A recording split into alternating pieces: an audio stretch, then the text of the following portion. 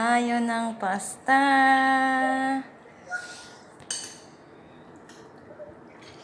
Lutong bahay na pasta na may tuna. Tuna lang sinaw ko dito. Kasi, binigyan kami ng mushroom. Sabi ko, parang ang sarap ng pasta. Kasi nung nakaraan yung aking, supervisor, may mushroom kami ng una. Sabi niya, Day, pinasta ko na, Day. Ang gusto naman nun, white sauce. Sarap din ng white sauce.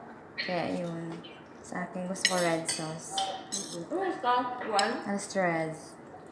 Kain tayo. Mag-prayer muna tayo.